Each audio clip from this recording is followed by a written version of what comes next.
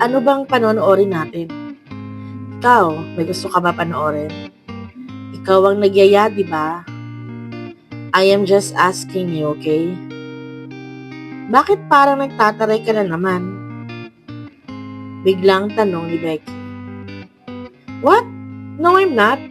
Guys, I'm just trying to ask you nicely. Nicely ba yun? Parang hindi naman. See, ikaw kaya ang nagtataray sa akin. Nauna ka kasi. Sagot ni Becky na nagpapikit ng mata ni Flynn para pigilan ang sarili na inis. Hinawakan na lang ni Flynn ang remote sabay bukas ng TV. Pipili na sana si Flynn ang panonoodin nila nang magsalita si Becky. Gusto ko ng one more chance. Ha? Ang corny mo naman? Sabi mo akong pipili, hindi ba? Sabi ni Becky na naka-cross arms pa sabay lingon ni Flynn sa kanya. Halos magkadikit lang ang balikat nilang magkatabi sa couch. Fine. Sige na, we will watch that. Yay!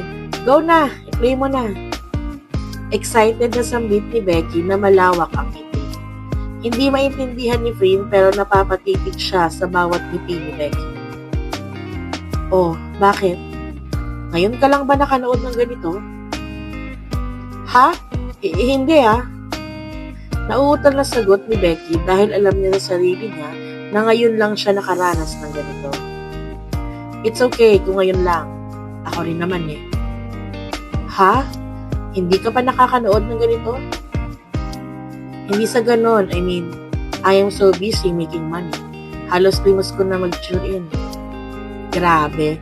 Akalain mo may magandang work pero kulang sa mga ganito. I got so busy, that is why.